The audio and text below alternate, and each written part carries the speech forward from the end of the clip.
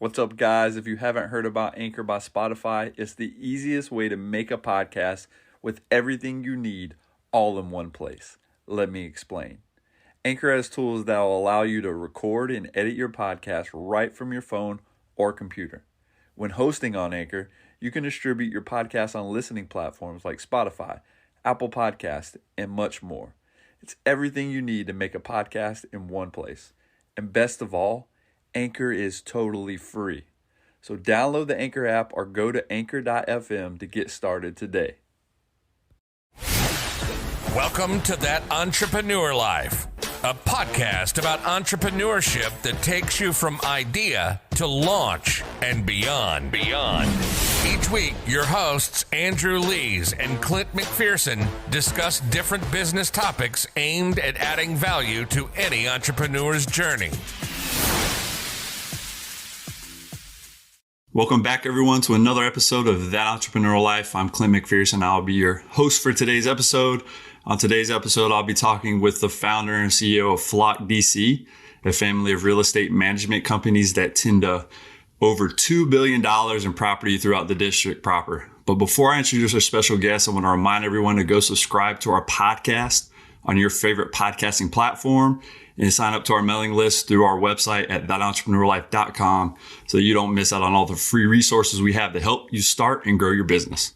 With that said, I'd like to welcome our special guest for this episode, Lisa Wise, to the show. How are you doing today?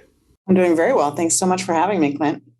Yeah, no doubt. I'm excited to have you on the episode and just really get to, listen to your message and have our listeners, our listeners of entrepreneurs, just really relate, because everybody we typically have on the show, right, during that entrepreneurial journey, through the highs and the lows, we all have some kind of connection, even whether it's, feeling like you're by yourself on the mission or whatever it is. And that's why it's important to surround yourself with a great team of individuals, especially while you're trying to grow or scale your business in general. But with that said, Lisa, can you take us back to when your entrepreneurial journey actually started and what it is about entrepreneurship that really gets you fired up? I was born this way. Nice. And, as a kid, just always hustling for cash. And I grew up in with few resources. We had kind of most of what we needed, but there wasn't much left over. And, I recognized that we sort of had housing insecurity and other things that didn't sit well with me. And I felt that, one of the answers to that fragility in life for me would be to have more resources and more money. And so it became a pretty natural instinct for me to pursue any kind of little hustle I could think of. And all the traditional ones, I really wanted a paper route, actually, but I was in a town that was so small, there was really no paper. So the paper route idea didn't really pencil out. And we couldn't afford a lawnmower, so that didn't pencil out. So I started a vacuum cleaning business, and that was $1 a room. My mom shut that idea down when I was sort of trashing the vacuum cleaner by dragging it down the street and hitting potholes with it. And so then I started a dusting business that had an easier entry point because you just needed kind of a cloth. And I would go to the stores in town and offer to dust their shelves for cash. And I would go to we had a junkyard, and why or how I had access to this junkyard is a mystery to me, but I would go and I would get antique Yale locks, like the vintage locks. And I would pull them and I would pull anything that looked valuable out of this scrap / junkyard. And I would go to the antique store and they would give me credit. And I would use that credit to buy gifts for people. And I was a little salty that they didn't give me cash, but I can take what I can get. And so, I had just a pretty natural entrepreneurial instinct. And that had really always continued for me throughout my life, even though I pursued a nice long career in nonprofit management. And I did that for 15 years after graduate school, but never lost sight of the ever side hustle that I had. I love it. I mean, that's a true entrepreneurial spirit, right? Just tugging at your strings, finding different ways, right? Learning how to pivot. I mean, Yep. being flexible, right? Jumping around until you find your niche, right? And Yep. something that you can really dive into. And again, a lot of the times, even though you're passionate about something, you got to learn the ins and outs, right? When you're passionate about something, it's really educating yourself in that area and staying true to that and dedicating enough time to be an expert in that, right? Usually when you love something and you can dive into it, you're really going to resonate with that. And you're going to be more, your ears are going to be more open, right? You're going to be more thoughtful about possibly your approach. And instead of having the shiny object syndrome, because I think all entrepreneurs, no matter what, I mean, there's obstacles in your way, and shiny object syndrome is real, right? And so you just got to learn how to put those blinders on sometimes, shut it off, and just keep moving forward. Because again, that's the shiny object syndrome is an obstacle, just like anything else that's thrown your way. I mean, have you experienced that through your journey as well? Oh, absolutely. There are always things that look sort of as if they're a natural extension of whatever you're working on, or an opportunity that's sort of too good to be true, and an instinct to just jump on things versus necessarily giving them a lot of thought. I'm very much a build a plane while you're flying it kind of person. And that's sometimes good and sometimes bad. I mean, I have some business experiences that I would have liked to do without, but I think, for me, I've always measured whether or not I should be moving forward based on whether the objective is to advance a sense of purpose or mission. If there's good intention, I think that's what I need to have. That's the wind I need at my back in order to make sure that I'm actually going into things with the right frame of reference. And I'm, while I'm very entrepreneurial, and I was a sort of natural born capitalist, I'm quite disinterested in profit for myself. I'm very interested in profit for other people. So with that mindset, I think it's easier for me to steer away from the things that are going to detract from that. Yeah. And I really think, again, as an entrepreneur, you just touch on something, right? And really finding value for the other individual, not just for yourself, or money eventually has to come. But I mean, if you focus on adding that value to the area of operations that you're trying to be the expert in, I just think the money comes, right? And so it's just a product of the environment or the product of what you're actually doing and putting into it. And so the hustle is real, right? And so the dedication and everything that goes into that, I think, is important. And as entrepreneurs, this is one of my questions for you. How important is it to have a purpose-driven, mission-based focus, right? And how have you actually leveraged that approach with Flock DC to stand out from your competition, especially in your local area? Yeah. As a mission-driven, purpose-based, and social justice company in the real estate management space, nothing differentiates us more than our mission, right? 100%.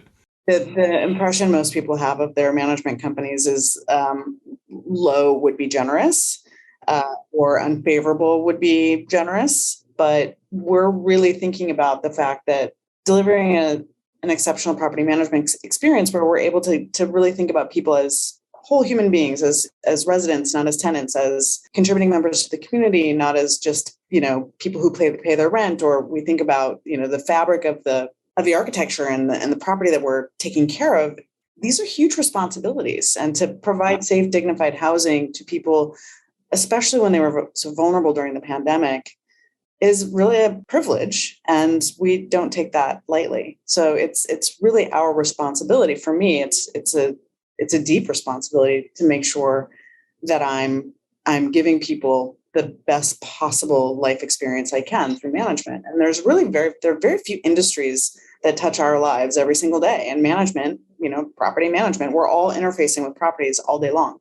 Whether it's the home that you own and or the office that you work in, or the store or restaurant, all of those properties need to be managed by people. And I would argue, if they're managed by people who are ethical and care about how they're being used, and care about the people that are occupying them, and care about the community that's hosting them, then I think we'd have a better world.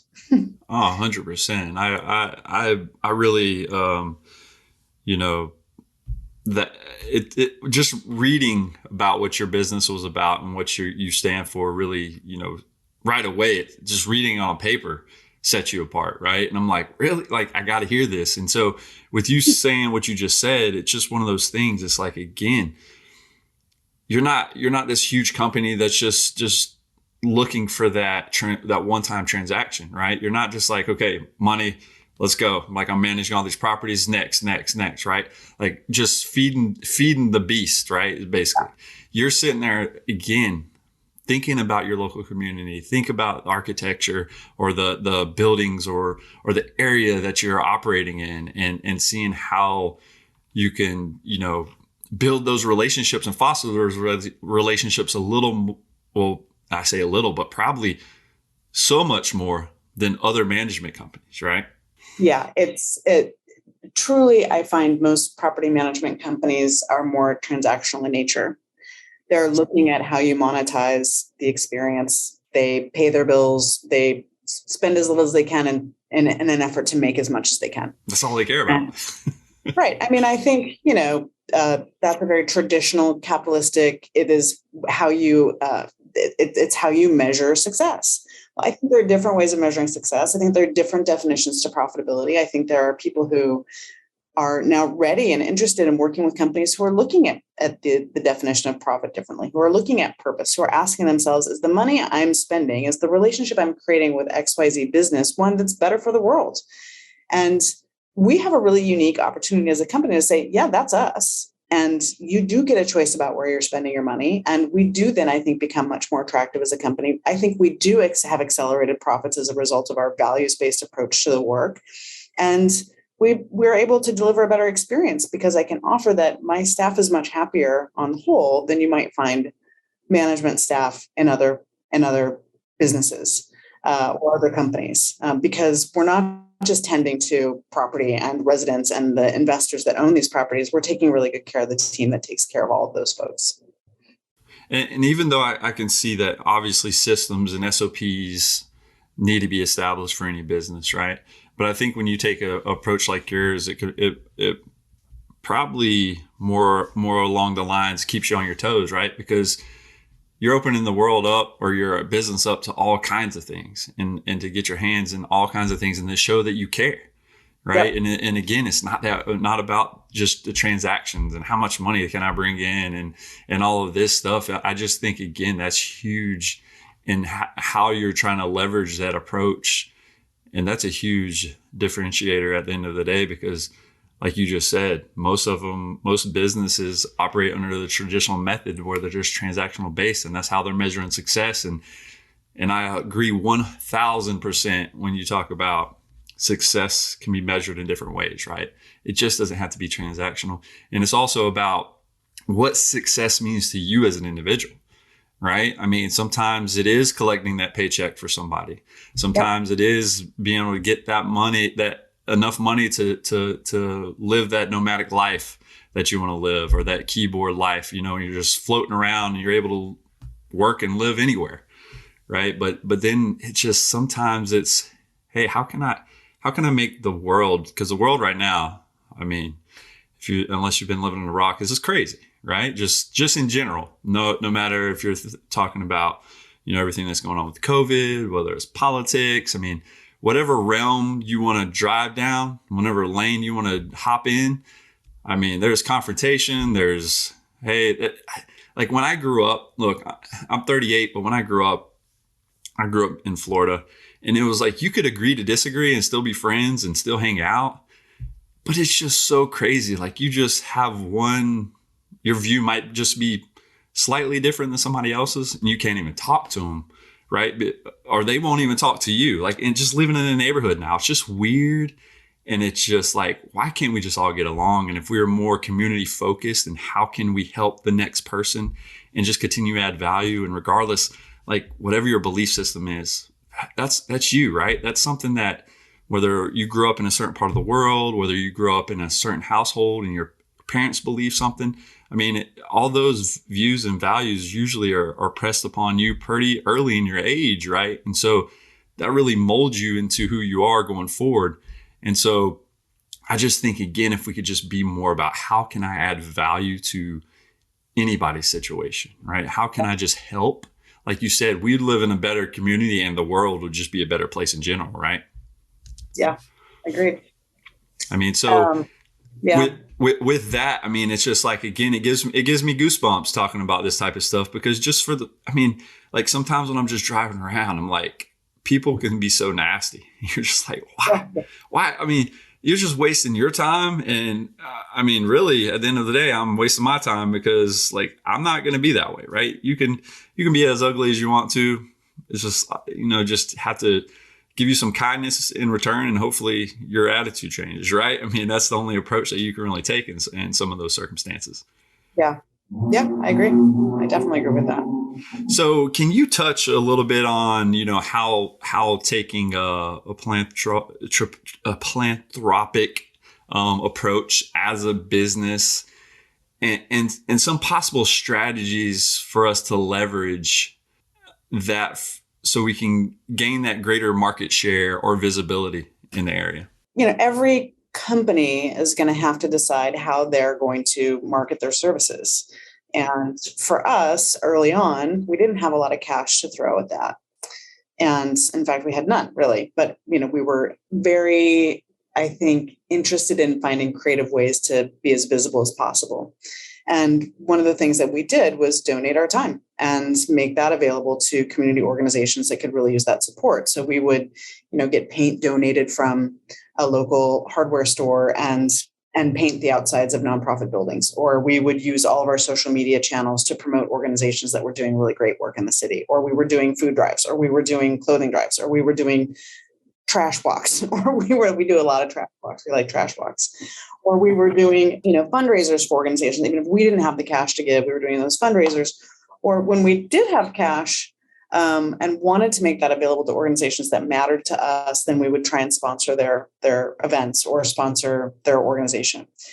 And the visibility we got from that was, I think, a lot more. It was much richer. It wasn't just a click, or that we sort of. It wasn't an impression. It was a relationship we were creating. And when you're creating relationships with people that may at some point down the line or in the moment be interested in your services, then you're always going to be top of mind.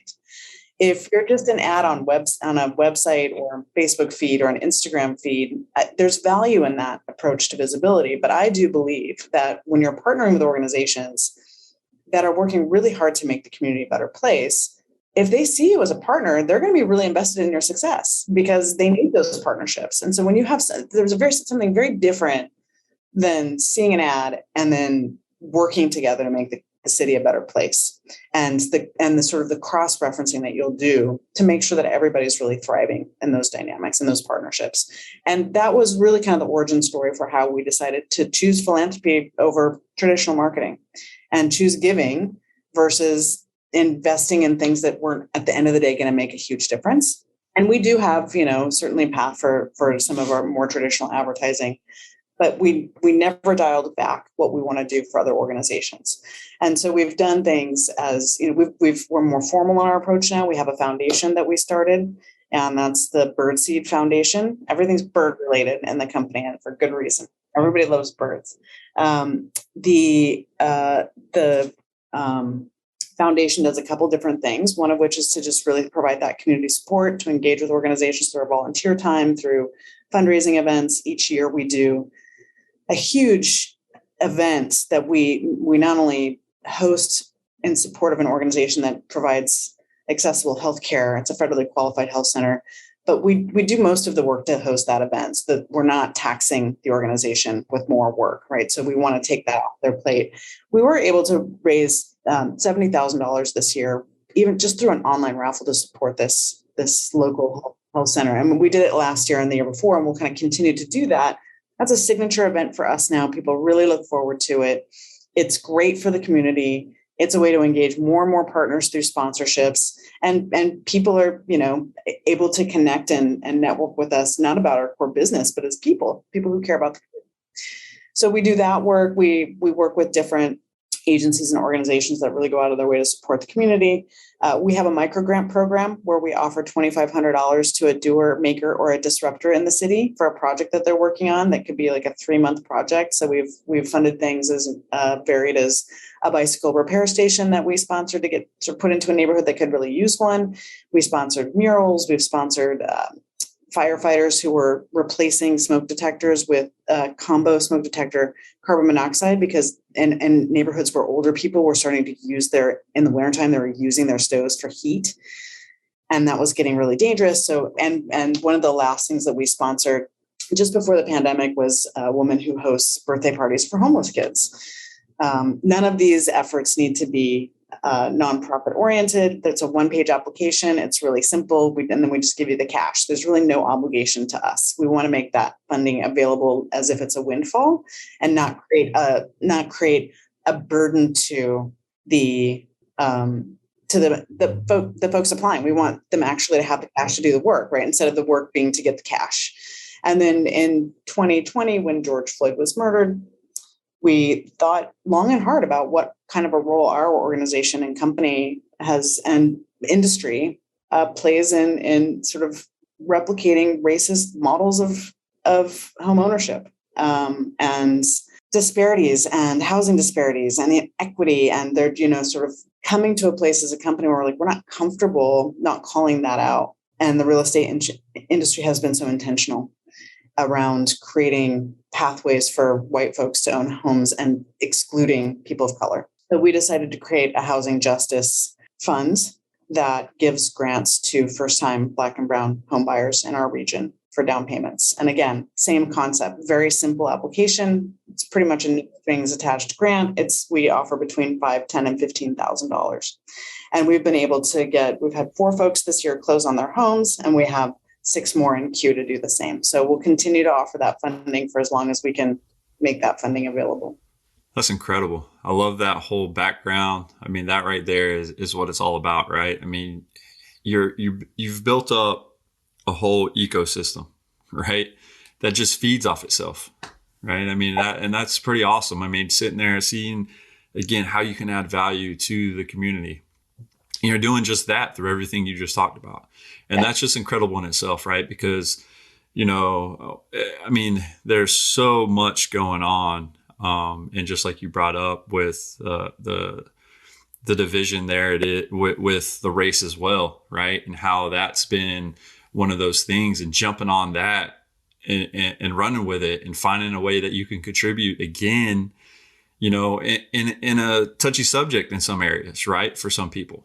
But at the end of the day, look, you are creating something and touching people's lives that, will just bear, the end of time. I mean, it will keep going. It almost building like a legacy that just transfers over, right? That's something that's just very impactful, something that the community won't forget, something that, I mean, and I believe all the things that you got going on. I mean, who wouldn't want to be part of that, right? Like, as far as when you bring on a team or surround yourself with the right people, and then they just see that every time you're stepping up to the plate and coming up with another way that you can actually help out, and you're living up to, what you stand for. And that's a lot of things. People will give you the lip service in a lot of areas and tell you, right? Everybody's a customer-based service business and number one priority. Everybody says that. But how do you actually make an impact, right? And I think everything that you got going on, one, and it's incredible. 2, I mean, it's just one of those things, again, hearing stories like that gets me pumped up and motivated, because, again, that's what it's all about. Even when you're getting into entrepreneurship, some people get into it for selfish reasons, right? And again, everybody's like, I'm going to do this. I can do this better. But how can you actually make an impact, and how can you touch other people along the way? And it's really coming up with initiatives like you have, and just keep going and say, like, what else can I do? Again, not just being satisfied where you're at here, right? But just like getting together as a team, hashing some things out, coming up with creative ways that you can continue to impact and touch the local community and continue those on for years and years to come and not just stop it, right? I mean, again, it's building relationships, like you said. It's the relationship that ends up, you might not get business out of some of these individuals now, but that word of mouth engine is greater than anything else, especially in your local community, right? Because they're always going to know what you stand for. They're always going to be talking about you, and you're touching people's lives in such a positive way, especially with helping with, the homes and all this stuff. I mean, that's amazing. Yeah. Everybody benefits when more people own their homes anyway. So 100%. Yeah. So what's the right way? And especially, I mean, this might be a little tricky, but I'm sure you can knock this one out of the park too. But what's the right way to go about possibly starting, and not only starting, but ending up thriving as a service-based business during a crazy time like this pandemic? I mean, we're still pushing through this, and it is affecting a lot of small businesses. And just some of my clients have actually just dropped off. And over the last few months, like I've had 3 clients going out of business just because, whether it's construction, whether it's, hey, we're not getting enough foot traffic, we just can't sustain this with all these punches that are being thrown at us as businesses, and they're just going under. And, the first thing they do is they'll cut the marketing budget. Then they try to figure out, like, okay, what do I do now? And then it's just like, oh, well, all the marketing that I was trying to get out in front of people with the traditional marketing, I mean, or even the digital marketing, right? It's like, you cut that out of, you definitely foot traffic's even going to slow down even more. And then now their next thing is just to fold. And that's sad. So what would you say about starting and thriving as a service-based business during this time? I think it makes the most sense to think about whether you're in an evergreen service. I like property management, not just because I like housing and I like providing stable housing, but because everybody needs a home. Exactly. Forever. So, and ideally everybody will be in one. And so I remember having a conversation with my team, the last, in-person meeting that we had before we had to leave for the pandemic, for a year and a half for the pandemic. And I told them that we were looking at a hard road, however long that road unfolded. And what we needed to and that it would be hard financially for us, regardless, that we knew that there was going to be some financial impact. And we had been prepping for that and trying to understand what it would take for us to be as lean as possible during an uncertain time. But I did remind people that if there's any business to be in, this is the one. And that management and being in the home delivery space, right, and helping people have a good sense of home was a really important environment to be in. Again, that evergreen space. If you're looking to start a business, or you're thinking about how do we make sure that we have stability and we have a strong trajectory and future as a company, you want to look at those areas of the economy where they're stable in good times and bad. And which doesn't mean that you're not going to have struggles. It doesn't mean that you're not going to have external threats. It doesn't mean that you won't suffer when the economy changes, but you'll likely not see your business needing to fold as a result of those times. That you'll be able to, if you're built right, you'll be able to continue to operate. I think service-based businesses can be more stable, to be honest. I think one of the benefits of a service-based business is that, you're not having to invest a lot of money in something that may or may not pencil out. So like you're not inventing something and then hoping that it's not like the sort of the entire technology industry is so dependent on spending a lot of money hoping for the best. And service-based businesses are really not in that same kind of large scale, large format, risky zones, but they're not without risk, especially when people's access to those services has been completely transformed by the pandemic. And access to talent has been completely transformed by the pandemic. And now we went from my team members saying like, God, I'm so glad that I have food on the table, which we were all glad that we had food on the table, to, this great resignation. And I guess people not going to work anymore. We've been lucky that we've had only one person leave. And they were offered an opportunity that if I were them, I would not have passed that up. And that to me, it And I was impressed that someone was poached from my staff. That says great things about me, right? And our company and the culture that we've created. And I was super grateful for that. That being the exit versus that I'm unhappy, I'm leaving. And we haven't had that happen. And that's because one of the things that you can do to protect yourself is to put the server first. And, what did Richard Branson say? He's like, oh, do you put, the customer first or the company first? And he's like, well, I put the staff first. And that is the right formula. And we worked really hard to make sure that we honored every single person during this pandemic who was willing and able to keep coming to work and keep showing up and honoring not only their health and safety, the fact that they're freaked out by a pandemic, that they're scared, that they're in an uncertain environment, like just being as nimble and caring and as empathic as possible across all of the people's lives that we're touching, not just not just mine as an owner, right? Mine was sort of the last priority. That's awesome. As a business owner, as a founder, if you could do one thing as a company and just from what you've seen, being the founder, what's that one thing that you would do to attract and retain great talent? And what would that be? I mean, you've touched on some great points already in the community that you built, but can you go a little bit just based off of that and give me some, give our audience something that, maybe if they're in a service-based business, that they can do themselves to attract and retain great talent, especially during a time where, like you just mentioned, a team member got poached, but it speaks volumes of what you've done. But even my wife, she's in the corporate world, right? And she's in an area of losing talent now, but see now the recruiters are, instead of like lining talent up for these businesses, these recruiters are having to reach out into other businesses because the talent pool is so low. Like nobody's filling applications out no more. It's like, well, we got to go tap into this person. I found them on LinkedIn, should be a great fit. And now they're just being poached themselves. And my wife, as a manager in the accounting department, is struggling with that because even though they got great, like, again, she's in the corporate world, so she can make some impact being the manager. But then it's like, how much is that company culture similar to something like you've established, right? And so that's where you get a little bit more flexibility as a entrepreneur to where you can have more of an impact to where you can create that culture that people want to stay. Yeah.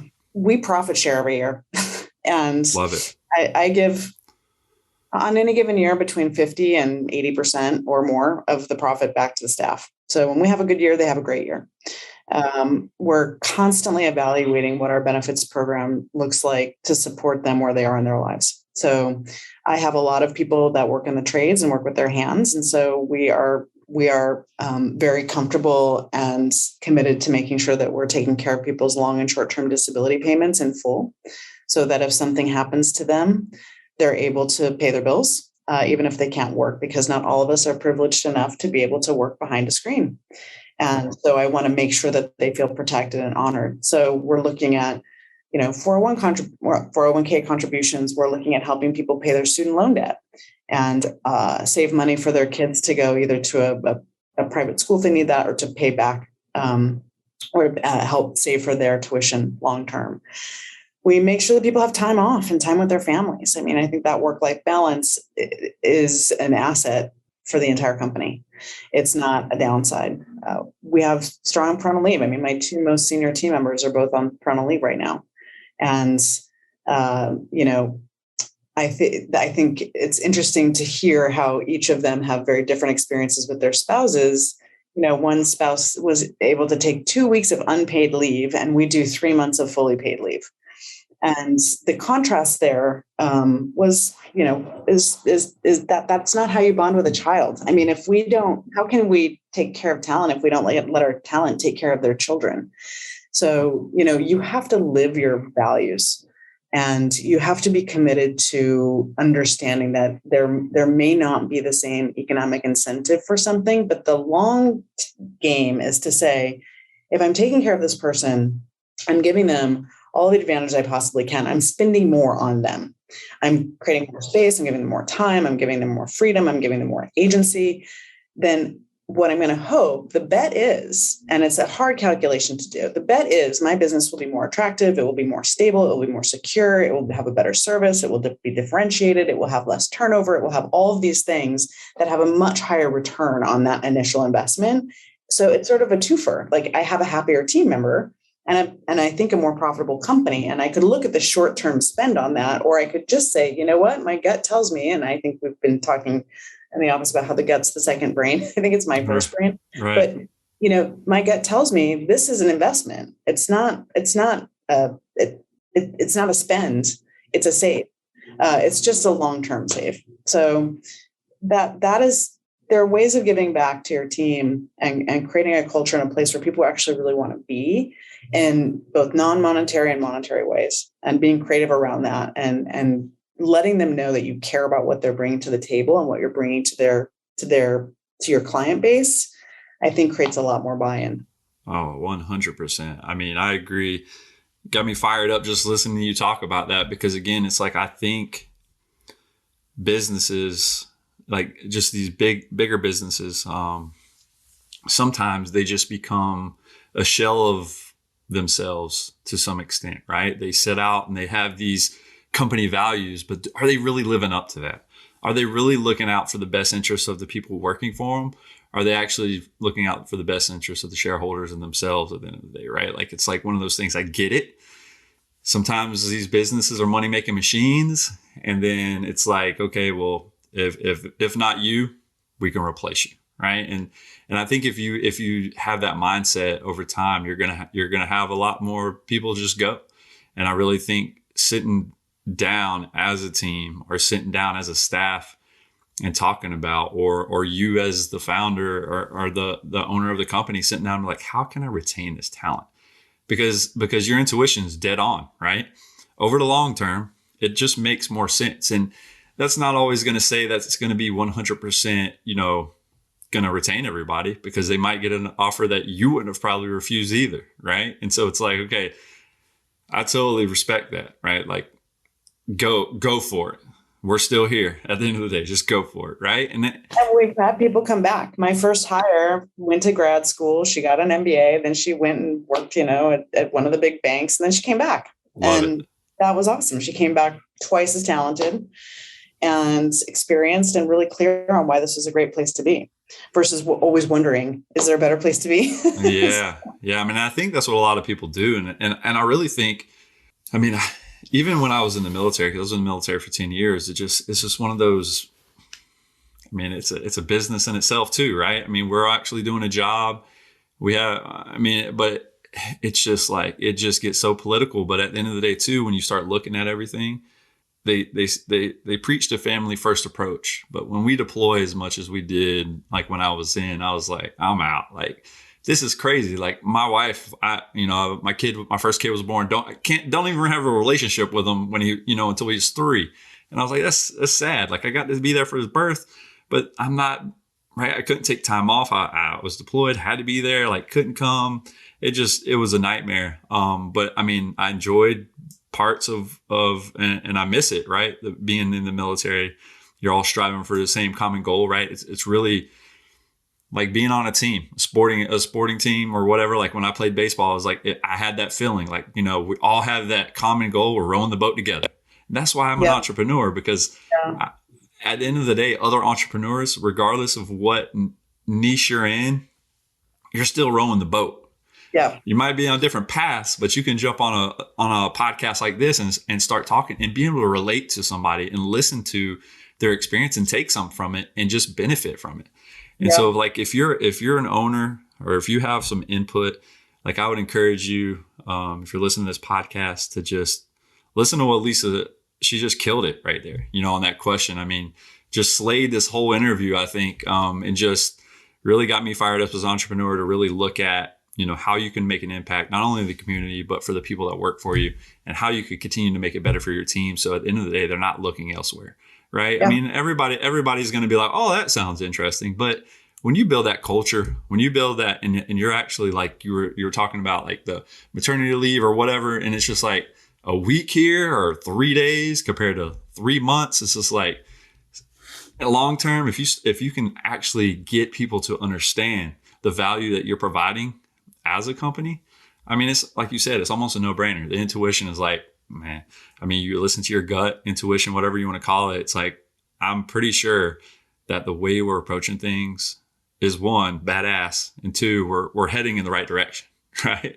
I mean, yeah. I love everything that you've talked about in this interview, and I love everything you and your company stands for, because again, your company wouldn't stand for it if you weren't behind that and had that vision as well. And I'm pretty sure you have a great team behind you that continues to help you think more outside the box and continue to row the boat together. And I've enjoyed every bit of this interview. Oh, well, thank you so much. I have as well. So it's a thrill to be on the same page. Yeah. Well, guys, I think that's a wrap for this episode. And Lisa, I want to thank you for taking the time out of your day and joining me and adding value to what me and Andrew are trying to do on our podcast. Awesome. Thank you so much. I appreciate it. No doubt. It's really been a pleasure, Lisa. Thank you all so much for listening to That Entrepreneur Life. To learn more about what Lisa is working on, you can check her out. What is a good website for them to jump on? Go to www.flock-dc.com. That's awesome. You heard it directly from Lisa herself. If you like what you heard today, please subscribe to our podcast, and don't forget to download our free ebook about the success mindset at thatentrepreneurlife.com. Thanks for continuing to support what we do as entrepreneurs, and don't forget to join us next week for another episode of That Entrepreneur Life. Thanks for listening to That Entrepreneur Life podcast. Be sure to visit thatentrepreneurlife.com to join the conversation, access our show notes, and discover our fantastic bonus content. Don't forget to join us next week for another episode as we continue to add value. Until next time.